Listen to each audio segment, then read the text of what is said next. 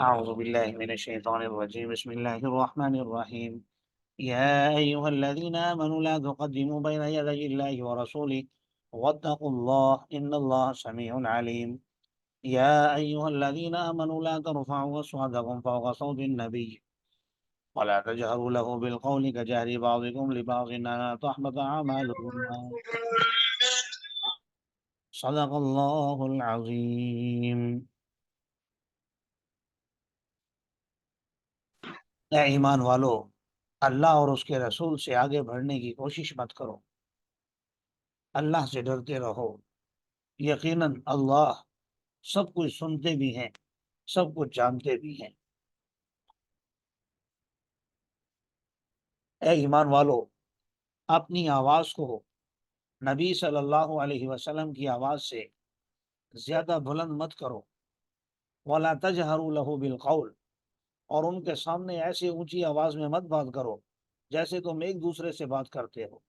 ان تحبط اعمالکم، کہیں تمہارے اعمال ضائع نہ ہو جائیں اور تمہیں پتہ ہی نہ ہو۔ یقیناً وہ لوگ جو اپنی آواز کو پست رکھتے ہیں رسول اللہ صلی اللہ علیہ وسلم کے سامنے،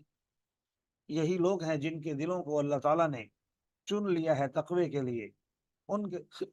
کے لیے مغفرت بھی ہے اور بہت بڑا اجر بھی ہے۔ یہ اس صورت کی ابتدائی 3 آیتیں ہیں،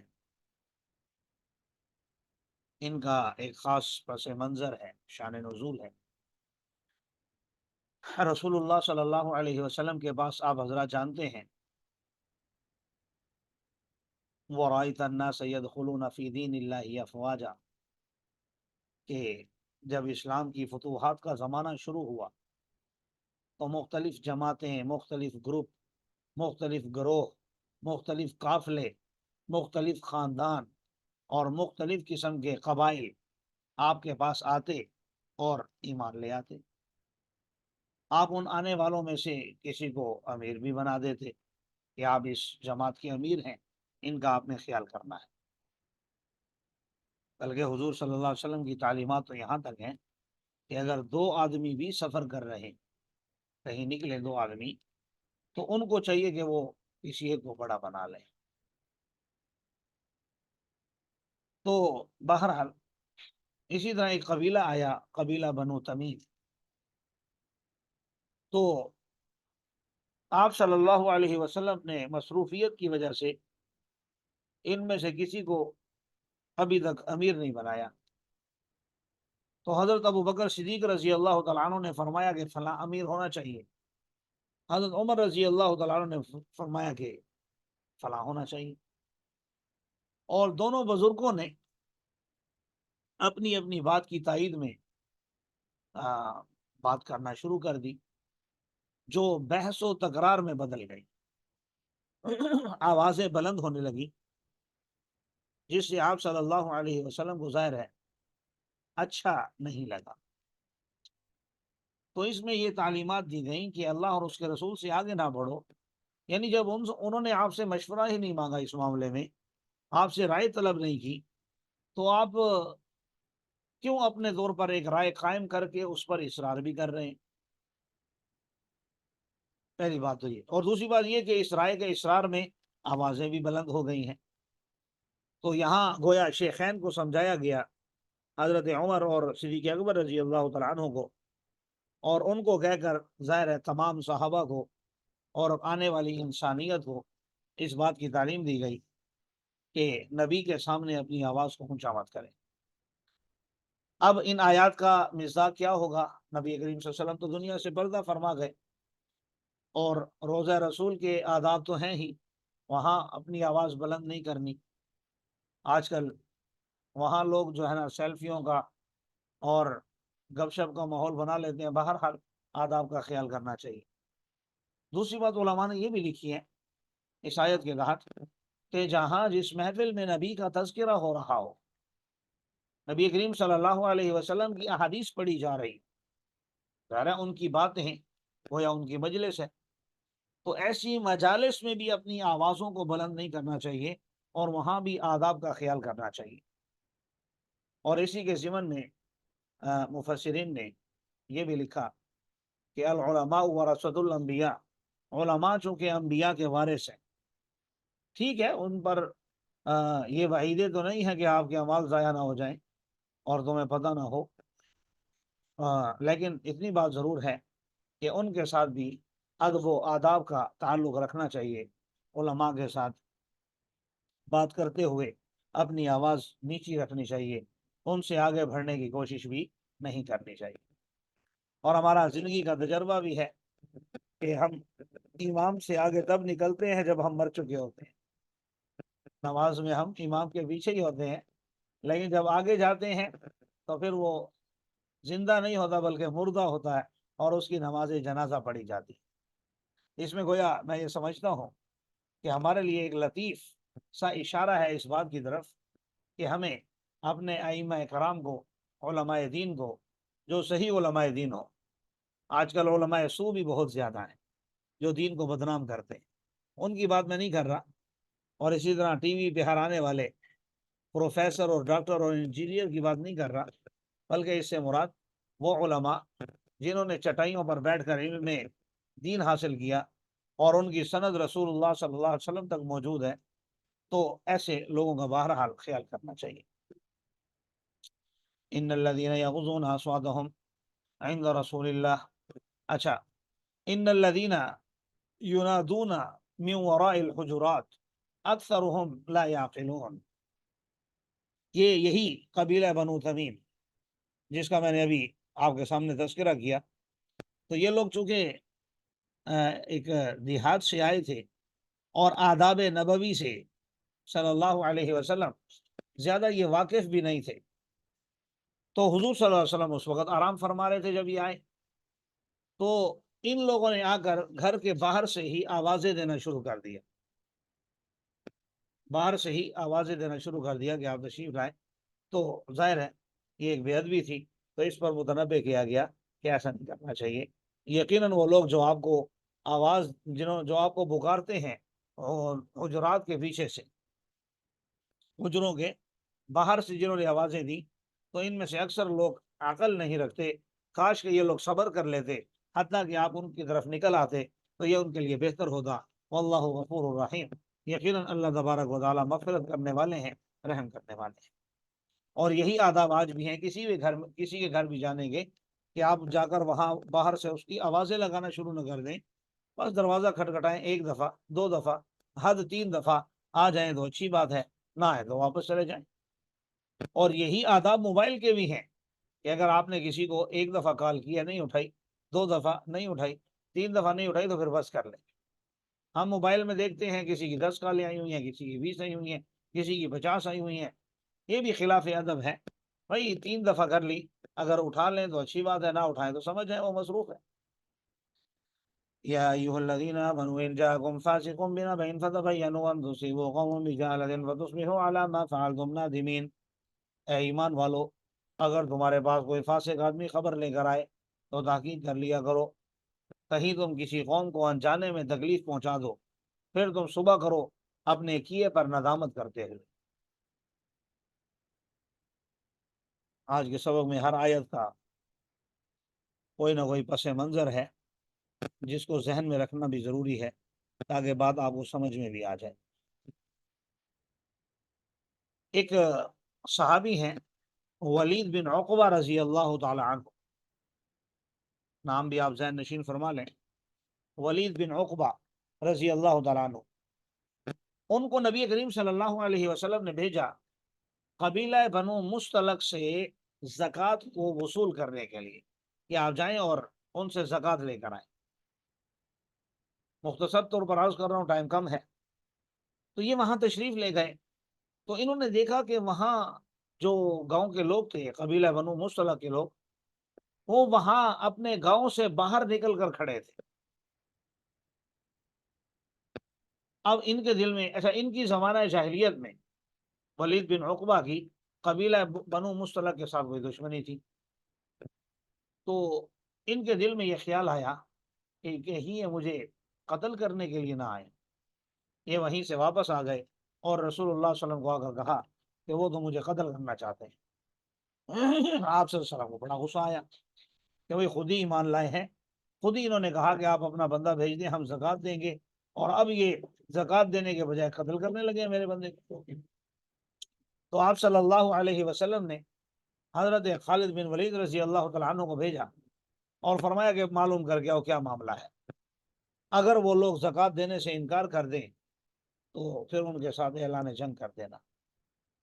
لیکن جب حضرت خالد بن ولید وہاں پہنچے تو ان لوگوں نے کہا کہ ہم تو رسول اللہ صلی اللہ علیہ وسلم کے عامل کا انتظار کرتے رہے،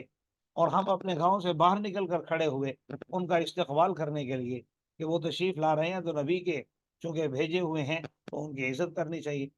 ہم تو اپنے گاؤں سے باہر کھڑے تھے لیکن وہ آئے ہی نہیں۔ تو انہوں نے آ کر پھر حضور صلی اللہ علیہ وسلم کو سارا معاملہ بتایا، اور پھر یہ آیات نازل ہوئی۔ اب آپ کے ذہن میں ایک سوال پیدا ہوگا، بس اس کا جواب دینا چاہتا ہوں۔ ذہن میں سوال پیدا یہ ہوگا کہ بھئی ہم تو بچپن سے یہ سنتے آ رہے ہیں الصحابۃ کلہم عدول، تمام کے تمام صحابہ عادل تھے، یہاں قرآن نے پھر ایک صحابی کو فاسق کیسے کہا؟ میلے آپ حضرات سوال سمجھ رہے ہوں گے۔ اس کا جواب اکثر مفسرین نے، جو دل کو چھو لینے والا جواب ہے، وہ یہی ہے کہ دراصل ولید بن عقبہ رضی اللہ تعالیٰ عنہ جب وہاں تشریف لے گئے تھے تو ان کو کسی اور آدمی نے یہ خبر دی تھی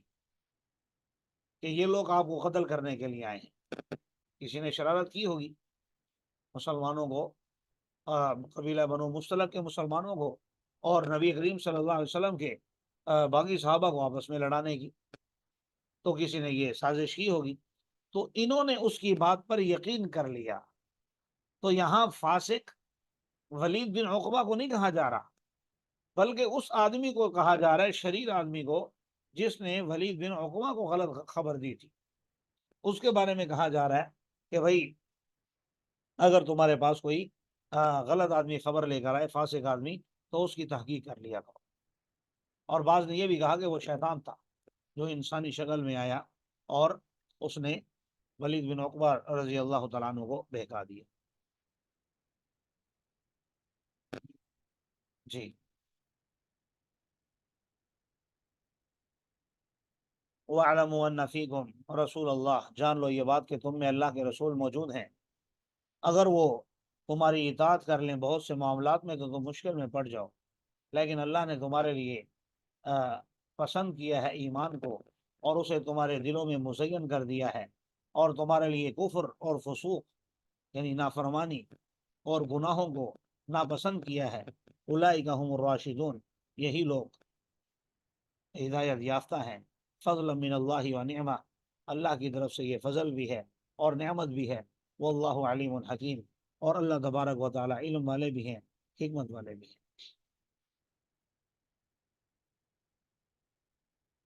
اس میں اس بات کی تعلیم دی گئی کہ آپ صلی اللہ علیہ وسلم اگر کسی معاملے میں فیصلہ نہیں فرماتے اور تمہاری رائے بھی نہیں لیتے تو وہ اس کے پابند بھی نہیں ہے، اور فیصلہ فوراً کرنے کے بھی پابند نہیں، اور تاخیر کرتے ہیں یا تمہیں جواب نہیں دیتے تو اس میں تمہارا اپنا ہی فائدہ ہوتا ہے، لہذا انتظار کیا کرو۔ اگر مومنین کی دو جماعتیں آپس میں قتال کریں تو ان کے درمیان صلح کرا دو، اگر ان میں سے ایک دوسرے پر بغاوت کرے تو قتال کرو اس جماعت سے جو بغاوت کر رہی ہے، حتیٰ کہ وہ اللہ کے حکم کی طرف لوٹ آئے۔ فَإِنْ فَاءَتْ، پس اگر وہ لوٹ آئے، فَأَصْلِحُوا بَيْنَهُمَا بِالْعَدْلِ وَأَقْسِطُوا، پھر ان کے درمیان عدل و انصاف سے کام لو، یقیناً اللہ تبارک و تعالی انصاف کرنے والوں کو پسند کرتے ہیں۔ سوائے اس کے نہیں، مومن آپس میں بھائی بھائی ہیں تو ان اپنے بھائیوں کے درمیان صلح کرا دیا کرو، اور اللہ سے ڈرتے رہو تاکہ تم پر رحم کیا جائے۔ اس آیت میں آگے اگلے رکوع میں ترتیب وار اللہ تعالیٰ نے احکامات دیے ہیں جن کا تعلق ہمارے عمل سے ہے۔ اللہ تعالیٰ ہمیں عمل کرنے کی توفیق عطا فرمائے۔ فرمایا اے ایمان والو، کوئی قوم کسی قوم کا مذاق مت اڑائے، قریب ہے کہ وہ ان سے بہتر ہوں، اور عورتیں بھی عورتوں کا مذاق مت اڑائیں، قریب ہے کہ وہ ان سے بہتر۔ ان دو لائنوں میں کسی کا مذاق اڑانے سے منع کیا گیا، مرد مردوں کا یا عورتیں عورتوں کا، یہ جو الگ الگ بیان کیا ہے، اس سے بھی ہمیں ایک اشارہ ملتا ہے کہ اسلام کے اندر اجتماع کا، مرد و زن کی اختلاط کا یا ہمارے ہاں جو اسکول و کالج میں کو ایجوکیشن کا سسٹم ہے، لڑکے لڑکیاں اکٹھے، اس کا تصور نہیں۔ تبھی یہ نہیں کہا کہ مرد عورتوں کا مذاق نہ اڑائیں اور عورتیں مردوں کا مذاق نہ اڑائیں، کیوں؟ اس کا تصور ہی نہیں ہے۔ تو اس لیے کہا کہ کوئی مرد مردوں کا مذاق نہ اڑائے اور عورت عورتوں کا مذاق نہ اڑائے، قریب ہے کہ وہ ان سے بہتر۔ وَلَا تَلْمِزُوا أَنفُسَكُمْ، دوسرا حکم یہ دیا کہ کوئی ایک دوسرے پر الزام نہ لگائے۔ نمبر 3، وَلَا تَنَابَزُوا بِالْأَلْقَابِ، ایک دوسرے کے نام کو غلط مت پکارو، برا ہے نام نافرمانی کا ایمان لانے کے بعد، اور جو توبہ نہ کرے یہی لوگ ظالم ہیں۔ پانچواں حکم ہے یا ایھا الذین آمنوا اجتنبوا کثیرا من الظن، اے ایمان والو زیادہ گمان کرنے سے بچو، اس لیے کہ بعض گمان گناہ ہوتے ہیں۔ چھٹا حکم ولا تجسسوا، کسی کی جاسوسی مت کرو۔ ساتواں حکم، آٹھواں، ولا یغتب بعضکم بعضا، اور ایک دوسرے کی غیبت مت کرو۔ غیبت کا مطلب کسی کی پیٹھ پیچھے اس انداز میں ذکر کرنا کہ جب اسے پتہ چلے تو برا لگے، اگرچہ وہ عیب اس کے اندر موجود ہو تب بھی۔ کیا تمہیں پسند ہے یہ بات کہ تم اپنے مردار بھائی کا گوشت کھاؤ؟ یقیناً تم اس کو ناپسند کرتے ہو، تو اللہ سے ڈرتے رہو، یقیناً اللہ توبہ قبول کرنے والا، رحم کرنے والا ہے۔ اے لوگو انا خلقناکم من ذکر و انثی، ہم نے تمہیں مرد و عورت پیدا کیا ہے اور تمہیں خاندانوں اور قبائل میں تقسیم کیا ہے تاکہ ایک دوسرے کا تعارف کرا سکو، لیکن اللہ کے ہاں یہ پہچان کی چیز نہیں ہے مرد عورت ہونا یا سید ہونا یا غیر سید ہونا۔ اللہ کے ہاں پہچان کی چیز ان اکرمکم عند اللہ اتقاکم، کہ تم میں سے جو عزت دار ہے اللہ کے ہاں وہ ہے جو متقی پرہیزگار ہو، یقیناً اللہ تو دلوں کے بھید بھی جانتے ہیں۔ آگے کچھ اعرابیوں کا ذکر کیا ہے، دیہات کے کچھ لوگ تھے جو ظاہری طور پر کلمہ پڑھ کے رسول اللہ صلی اللہ علیہ وسلم کو اپنا احسان جتلا کر مال لینا چاہتے تھے کہ بھائی ہم ایمان لے آئے۔ تو اعرابیوں نے کہا کہ ہم ایمان لائے۔ آپ کہہ دیجئے تم ایمان نہیں لائے، تم کہو کہ ہم اسلام لائے، کیونکہ ایمان ابھی تمہارے دلوں میں داخل نہیں ہوا۔ اگر تم اللہ اور اس کے رسول کی اطاعت کرو تو تمہارے اعمال میں سے وہ کچھ بھی ضائع نہیں کرے گا، یقیناً اللہ معاف کرنے والا، رحم کرنے والا ہے۔ مومن تو وہ لوگ ہیں جو اللہ پر اور اس کے رسول پر ایمان لاتے ہیں، پھر وہ شک بھی نہیں کرتے، پھر وہ اپنے اموال اور اپنی جانیں اللہ کے راستے میں دے دیتے ہیں، یہی لوگ سچے ہیں۔ آپ کہہ دیجئے کیا تم اللہ کو اپنا دین بتلاتے ہو، حالانکہ اللہ تو وہ سب کچھ جانتا ہے جو کچھ آسمانوں میں ہے اور جو کچھ زمینوں میں ہے، اور اللہ تو ہر چیز کا علم رکھتے ہیں۔ یمنون علیک ان اسلموا، وہ آپ پر احسان جتلا رہے ہیں کہ اسلام لائے۔ آپ کہہ دیجئے تم اپنا اسلام لانا مجھے مت جتلاؤ، بلکہ اللہ نے تم پر یہ احسان کیا ہے کہ تمہیں ایمان کے لیے ہدایت عطا فرمائی ہے، اگر تم سچے ہو۔ ان اللہ یعلم غیب السماوات والارض، اللہ تو آسمان اور زمین کا غیب جانتے ہیں، اللہ تو دیکھ رہے ہیں ان کاموں کو جو تم کرتے ہو۔ اللہ تعالی ہمیں ان سب احکامات پر، ان باتوں پر